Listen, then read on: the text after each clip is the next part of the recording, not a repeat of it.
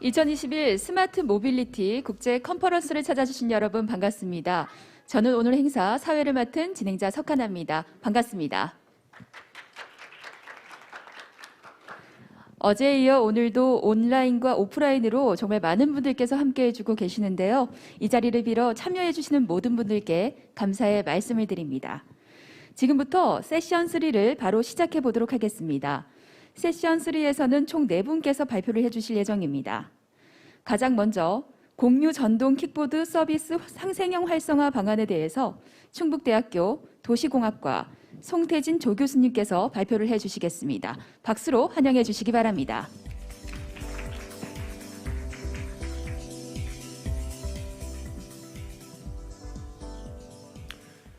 네, 반갑습니다. 방금 소개 받은 충북대학교 도시공학과 송태진입니다. 오늘 저의 발표는 스마트 모빌리티 중에 공유 전동 킥보드 서비스를 과연 어떻게 좀 활성화시킬 수 있을까를 고민하는 그런 발표 자료라고 생각하시면 될 것 같고요. 제가 어저께 부산역에서 내려서 제가 이제 바퀴 작은 자전거를 타고 이곳까지 왔습니다. 카카오 내비게이션상에서는 1시간 정도 걸린다고 나와 있었으나 제가 해운대까지 온 시간은 1시간 반 정도가 소요됐었어요. 과연 여러분들 30분이라는 이 초과된 시간 속에서 어떤 일이 있었을까 한번 고민해 보시는 그런 시간이 됐으면 좋겠습니다. 제가 오늘 말씀드리는 부분은 바로 우리가 과연 전동 킥보드라든가 어떤 다른 새로운 스마트 모빌리티가 왔을 때 우리가 이렇게 편하게 다닐 수 있는 인프라를 우리가 제공해 줄 수 있을까? 이런 측면에서 저는 좀 산업 활성화 방안을 고민해 보는 그런 자리라고 보시면 될 것 같습니다.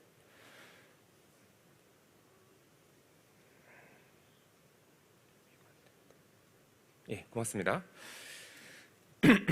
왼쪽에 보시는 그 단어들은 텍스트 마이닝을 2021년 5월 13일 이전, 즉 도로교통법 개정 이전에 분석을 한 내용이고요.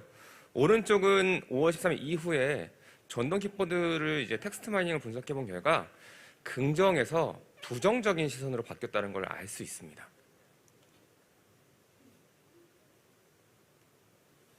이게 안 넘어, 예, 고맙습니다.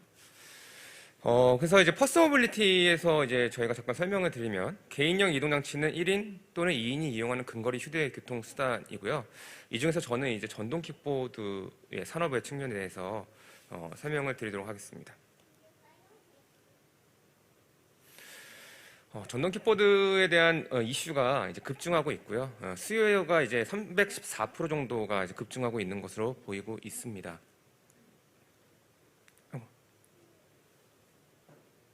예. 근데 이제 제가 이제 많은 분들한테 여쭤보고 있어요. 이제 연령이 많으신 분들, 그다음에 어른, 그다음에 어린이 뭐 다 이렇게 물어보면은 전동 킥보드를 타고 다니는 분들은 전동 킥보드가 활성화돼야 된다는 의견을 주시는 반면에 대부분 반대 입장, 그러니까 즉 타고 다니지 않으시는 분들은 대부분 반대 입장을 표명하고 있습니다. 즉 어디서나 환영받지 못하는 전동 킥보드가 되고 있는 것이죠. 또한 안전사고도 지속적으로 증가가 되고 있어요. 그래서 2017년 29건에 있었던 서울특별시의 교통사고가 전동 킥보드로 발생된 것이 2020년도엔 387건까지 증가가 되고 있습니다.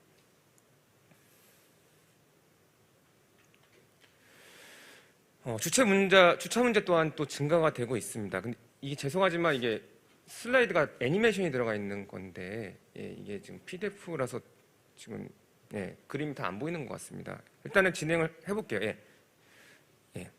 제가 할게요. 원래 이게 애니메이션이 들어가 있는 건데, 일단 왼쪽은 보행자도로 전체를 차지한 공유 킥보드를 이제 뒤에 사진을 자세히 보시면 나와 있고요. 그러니까 가는 자체가 이제 진로 방해를 하고 있다는 것이고요. 두 번째는 넘어진 채로 방치되어 있는 공유 킥보드, 사람들의 인상을 찌푸리게 만드는 것이죠. 세 번째는 통행 자체를 그냥 방해해버려갖고 이제 막 여기저기 주차를 이제 시키다 보니까 자동차도 못 지나가고 자전거도 못 지나가고 그런 상황이 발생되는 공유 킥보도 있습니다. 그래서 도심 미가에도 좋지 않고 통행을 방해하기 때문에 전동 킥보드를 이용하지 않는 비이용자들의 인식이 부정적으로 변하고 있다에 대한 것이고요. 그래서 이제 미관 훼손이 다양하게 이렇게 발생된다는 것을 제가 이렇게 사진으로 한번 찍어 봤습니다. 자, 그럼 이제 문제점 발생률에 대해서 한번 좀 설명을 드릴 건데요. 이게 이제 원래는 애니메이션이었는데 이제 제가 좀 설명을 드리면 이제 전동킥보드는 도로교통법상 자전거 도로와 그다음에 도로의 가장자리에서 주행을 하게 되어 있습니다. 근데 자전거 도로를 실제로 제가 부산역에서 여기까지 타고 왔는데 도무지 이용할 수 없는 수준이에요. 그래서 과연 우리가 자전거 도로를 이용해서 전동킥보드 탈 수 있느냐에 대한 부분, 그리고 도로의 가장자리도 불법 주정차가 있거나 버스나 트럭이 지나간다면 휘청휘청거리면서 전동킥보드는 사고의 위험 자체가 놓여지게 됩니다. 그래서 이런 인프라에 대해서 과연 우리가 어떻게 첫 번째로 고민해 봐야 되느냐, 이게 첫 번째 질문이고요. 그래서 여기 보시면은 이제 왼쪽 첫 번째 불법 주정차 차량들, 그다음 버스 정류장하고 가로수 등이 있어서 자전거 도로가 실제적으로 그 무용인 사례, 그다음에 간판 등의 장애물로 전동킥보드가 다니지 못하는 것들, 그다음 노점상, 그다음에 도로의 노면 상태가 가장 중요한데 노면 상태가 이제 작은 포톨이나 돌멩이들이나 이런 것들로 인해서 주행이 불가능하다. 자, 인프라 그러면 과연 양적인 문제로만 바라볼 것이냐에 대한 질문을 던져봅니다. 왼쪽은 A 도시고요. 오른쪽은 B 도시인데 왼쪽은 제 직장이 있는 도시고요. 오른쪽은 제가 살고 있는 도시입니다. 자전거 도로 연장을 보면은 왼쪽에 있는 도시는 546.9km 정도 되고요. 오른쪽은 204.3km인데 보시는 바와 같이 질적으로 수준이 달라요. 그래서 왼쪽은 연장만 보고 있습니다. 저희가 지금 정부가 이제 사업을 추진할 때 있어서 자전거 도로의 연장이 얼마나 됐다, 이걸 가지고 이제 녹색 교통이다 이렇게 얘기를 하는데, 그거보다는 우리가 과연 이용할 수 있는 자전거 도로, 전동킥보드 도로가 얼마나 있는 것이냐를 수준별로 평가할 수 있는 것이 우리가 전동킥보드 혹은 다른 스마트 모빌리티가 들어왔을 때 충분히 인프라를 공급할 수 있는 첫 번째 해결점이 될 것입니다. 두 번째, 주차는 어디에 할 것이냐에 대한 것입니다. 그래서 왼쪽에 보이시는 바와 같이 이제 전동킥보드 관련된 전용 주차 구역들이 많이 생기고 있고요. 이게 뭐 비단 국내의 문제가 아니라 국외에서도 이 주차 구역에 대한 설정에 대한 연구와 그다음에 정책들이 지금은 쏟아지고 있습니다. 서울시는 이제 전동킥보드 주차 가이드라인을 제시를 하고 있고요. 보는 바와 같이 세 가지의 이렇게 규정을 가지고 제안을 하고 있는 상황입니다. 두 번째는 이제 규제에 대한 이슈입니다. 명확한 근거 및 기준을 제시하지 못한 법과 규제로 인해서 이용자들의 혼란과 불만이 늘어가고 있습니다. 제가 이제 학교에 있다 보면은 2명이 같이 타는 친구들도 있고요. 그다음에 헬멧은 안 차는 건 기본이 되겠고요. 그다음에 어디서 다니는지도 모르는 상황이 있습니다. 그리고 학교 같은 경우는 사로고 학교 밖을 벗어나는 순간 공로입니다. 즉 학교 안에서는 사고가 나도 법에 저촉이 안 된다는 얘기죠. 그래서 이런 것들이 과연 이제 운전자들 하금 너무나 헷갈리게 만드는 그런 규제가 있다라는 것이고요. 그다음에 이게 헬멧 의무화, 그다음 원동기 장치 자전거 면허를 보유해야 된다. 그다음에 도로의 우측 가장자리 통행인데 얼마만큼 가장자리 통행해야 되냐, 이런 것들이 지금 계속 헷갈리고 혼란을 야기시키고 있는 상황입니다. 세 번째는 문화입니다. 교통이라는 서비스는 항상 그래왔습니다. 어떤 새로운 교통수단이 도입됐을 때는 기존 교통수단으로부터 항상 외면을 받았다는 얘기죠. 과연 전동킥보드를 우리가 수단으로서 인식을 할 수 있을까요? 에 대한 질문을 던져보고 싶습니다. 전동킥보드 타지 않는 사람들은 대부분 다 부정적인 시선이 있기 때문이죠. 규제에서의 인식도 마찬가지입니다. 전동킥보드를 다니려면은 휠의 크기가 자전거랑 달라요. 자전거는 바퀴가 크기 때문에 어느 정도의 그냥 일반 도로를 다니더라도 큰 문제가 없으나 전동킥보드는 휠이 작기 때문에 전동킥보드가 다닐 수 있는 형태로 도로를 만들어줘야 된다는 말씀입니다. 그래서 과연 우리가 수단으로서 이걸 인정해 준다면 이 규제에서의 인식도 변화될 것이라고 생각이 듭니다. 제가 생각하는 건 이렇습니다. 시기적절한 운영 및 전략 구제다. 기존 문제 해결 방식의 한계점입니다. 우리는 지금은 그냥 문제가 되는 것들이 있으면 그걸 가지고 규제를 해서 하지 못하게 하는 방식으로 가고 있습니다. 그것을 저는 좀 공학적 분석 기반의 문제점 해결 방식을 구비해 놓는다면 언제든지 새로운 것들이 들어왔을 때 해결점을 찾아가지고 증거를 통해서 우리가 다양한 문제점을 해결할 수 있지 않을까라는 생각을 가지고 있습니다.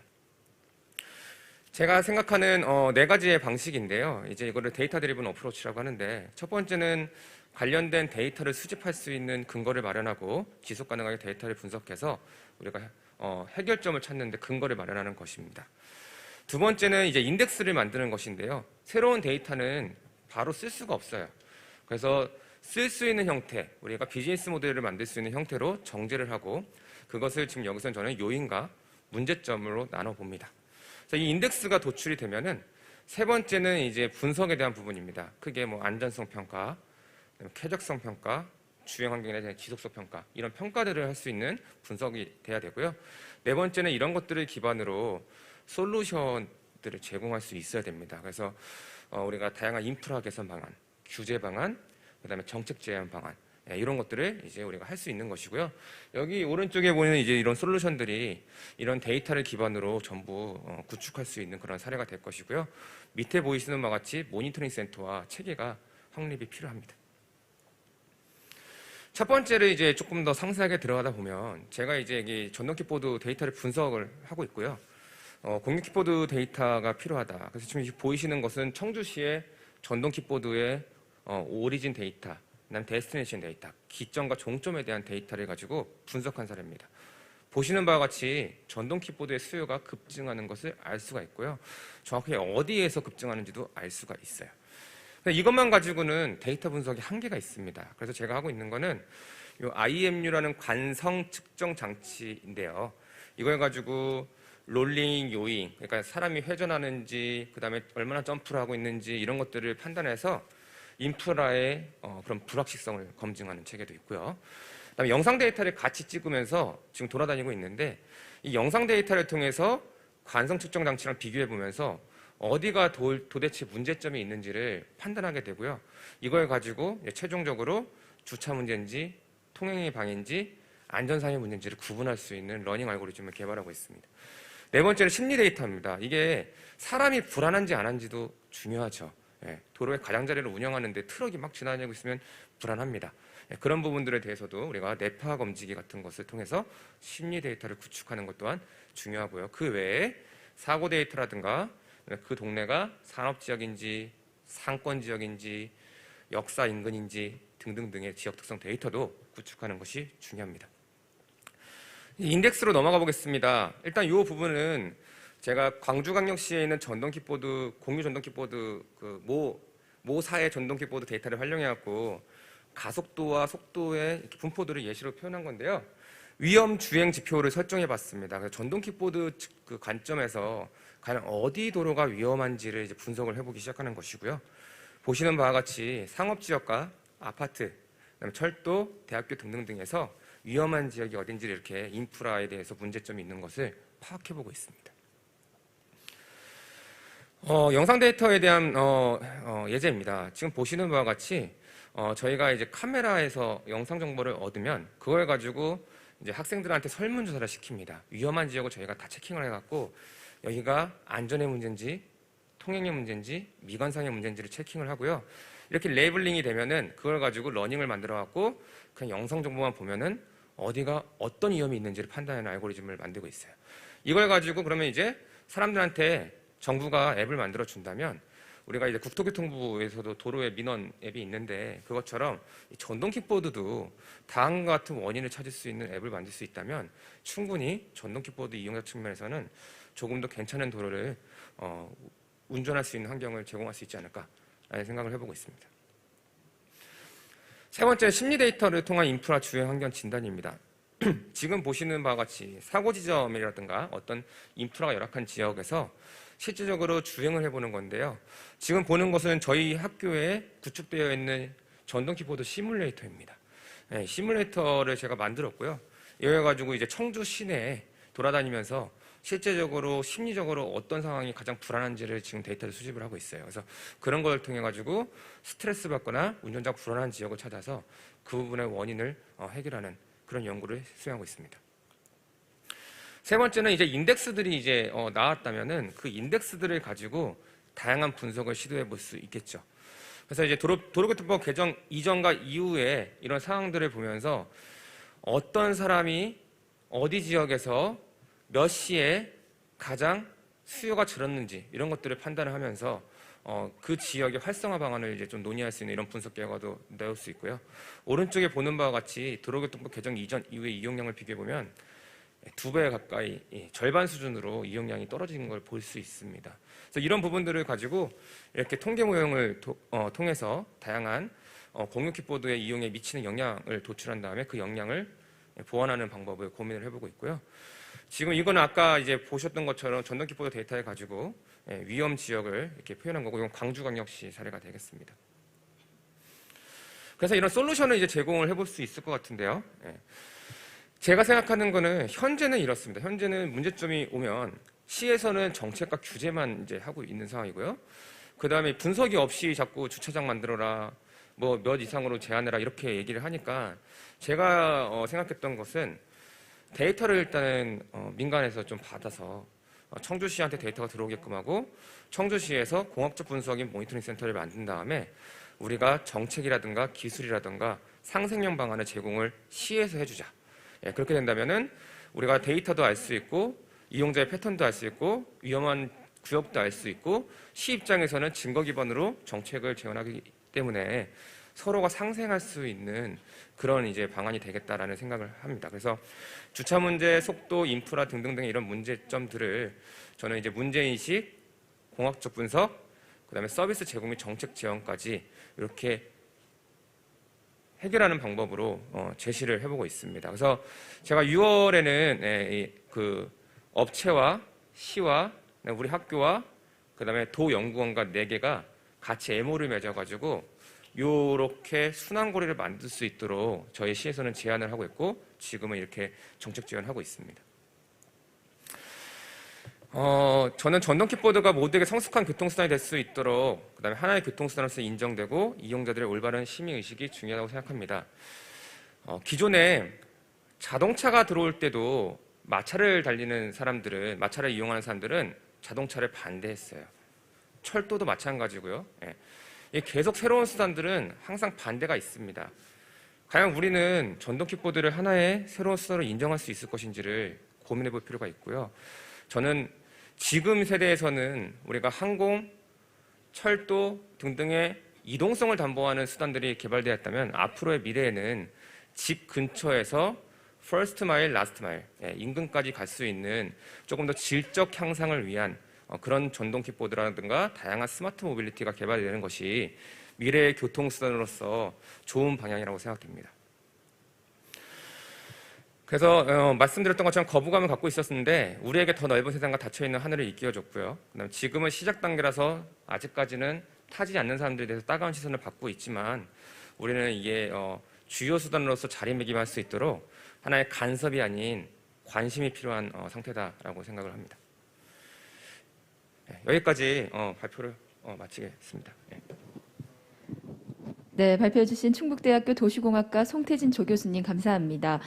공유 전동 킥보드 서비스 상생형 활성화 방안에 대해서 발표를 해주셨는데요. 현장에 계신 분들 중에서 이 발표 내용에 대해서 궁금하신 점이 있으시다면 손을 들어서 질문을 해주시기 바라겠습니다. 네, 혹시 질문 있으신가요? 네, 교수님 어제에 이어서 오늘도 적극적인 질문 네, 너무 감사합니다.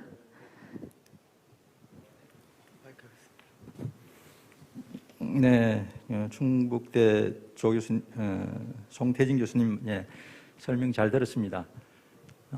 저도 저기 IoT 쪽과 뭐 이동통신이나 이쪽 관련해서 교통 쪽도 그렇고 관심이 좀 있는데 지금 킥보드 관련된 기존의 그 인프라들이 많이 있고 상당히 분석적으로 학문적으로 접근을 잘 하셔서 발표를 잘 들었습니다. 그러면 지금 아까 그 여러 가지 빅데이터를 기반으로 해서 뭐 인공지능을 거기에 접목을 해서 뭔가 도출을 하는 그런 방향을 제시한 것 같은데 그러면은 빅데이터를 그걸 수렴을 하려고 하면은 기존의 공유 킥보드에 빅데이터 자동으로 모든 공유 킥보드에 그 데이터를 수집할 수 있는 그런 IoT 장비라든지 이런 것이 장착이 되어야 가능할 것 같은데 그게 지금 기존의 공유 킥보드에 그 장착된 그런 장비로만 가지고도 빅데이터 수집이 가능한지 그걸 좀 듣고 싶고 그렇게 일단 그 질문을 좀 드리고 싶습니다. 예, 그거는 뭐 저보다는 다음 발표하신 대표님이 더 잘하실 것 같은데요. 회사마다 데이터 수집을 제가 다르게 하고 있는 것으로 알고 있습니다. 그래서 기본적으로 전동킥보다는 GPS에 대한 데이터를 수집할 수 있는 장비는 탑재되어 있고 어떤 회사 같은 경우는 현재 그 영상 정보도 수집을 하고 있어서 그 지금 GPS 오차가 있지 않습니까? 그래서 위치 판단을 하기 위해서 영상 정보를 가지고 그 주위를 인지한 다음에 그 위치를 보정하는 기술도 갖고 있는 업체도 있고요. 그다음에 더 나아가서 그 영상 정보를 통해 가지고 현재 실시간에 돌아다닐 수 있는 보행자도 판단할 수 있는 기술도 개발하는 업체도 있습니다. 예, 그래서 그거는 좀 상황에 따라 다른 것 같고요. 그다음에 제가 최근에 그 이륜자동차 DTG 관련된 데이터를 또 수집하는 회사도 미팅을 한번 했는데 그 회사 같은 경우는 자체적으로 모션 센서를 개발을 해서 오토바이에 부착을 했습니다. 그래서 그 오토바이가 실제적으로 인도에 다니는지 아니면 넘어지는 건지 이런 것들도 실시간으로 시뮬레이션 시키는 그런 기술도 갖고 있는 업체도 봤습니다. 예. 구축 센서가 지금 현재는 안 달려 있는 거죠? 모션 센서요? 예. 모션 센서가 전동 킥보드에는 그 있는 회사도 연구용으로 있는 회사도 있는 것 같고요. 예, 그게 이제 다 깔려 있지는 않은 것 같습니다. 예. 네, 알겠습니다. 네. 네, 혹시 또 다른 질문 있으신가요?